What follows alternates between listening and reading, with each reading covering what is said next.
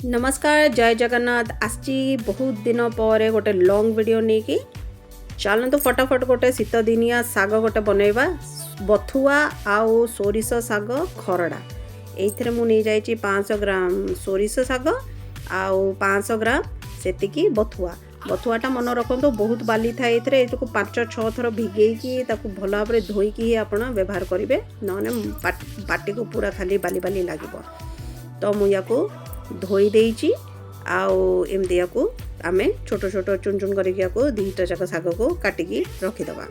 एबे यही साग को मु गोटे बड़ कुकर नहीं जी आ कुकर रे मु साग पकईदेवी।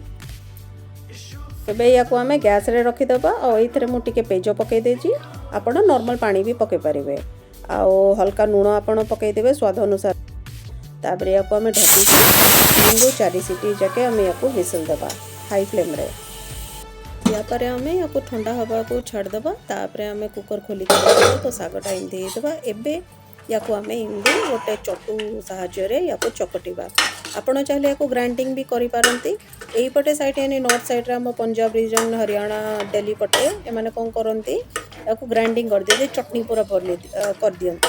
मत यहाँ पसंद नहीं तो मुझे लाइडल पछपटू एमती डंकी पछपटा एमती टे मैश कर दिए तो हो जाए टे टाइम लगे पर मत यहाँ ही ठीक लगे। तो आपण पाखे दुईटा ऑप्शन अच्छी तो चलते एमती मैश कर सारापर ये टे बहलिया होपर आम गोटे तड़काटा बनवा।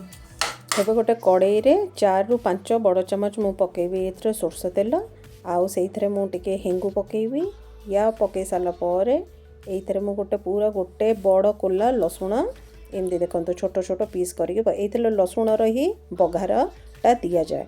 कंचा लंका गोटे पकईदबा आउ मुझे अदा छेचा नहीं जाइए या भी मुझे पीस पीस काटदे 1 इंच तो लसुणर मात्रा ये बेसी रखिले स्वादटा भल आसो कहीं बथुआ साग और सोरष सागर सब बड़े लसुणटा ही भल लगे। आउ ये प्याज व्याज किसी पड़ोनी प्याज ना टमाटर सिंपल गोटे बघार बनवा या भाजी देकी रस स्मेलटा पड़ेब लसुणर तापर आम फाड़ी के धनिया मंजी भी पकेबी इतने बढ़िया गोटे स्वाद से पकईकी देखिए।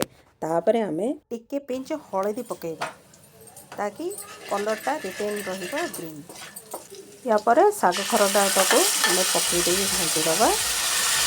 तापर आम या ढकिकी 5-8 मिनट मैक्सिमम या मिक्स करिकी छाड़दबा पूरा बहलिया हो देखो एमती। लास्ट आम टे लुण भी चेक करदबा अल्प लुण थी ये जाओ भी आप टेस्ट हिसाब से लुण चेक करदेबा बस बनीगला बहुत ही इजी डिशटा। बस ये कि बथुआ सागटा को आपन को भल से धोया पड़ो जेहेतु सोरष साग बथुआ पड़ुची तो देसी घी तो पड़िया जरूरी बनूची तो बनातु खातु आ कमेंट करके निश्चय जनातु केमती लगिला सोरष साग बथुआ खरड़ा।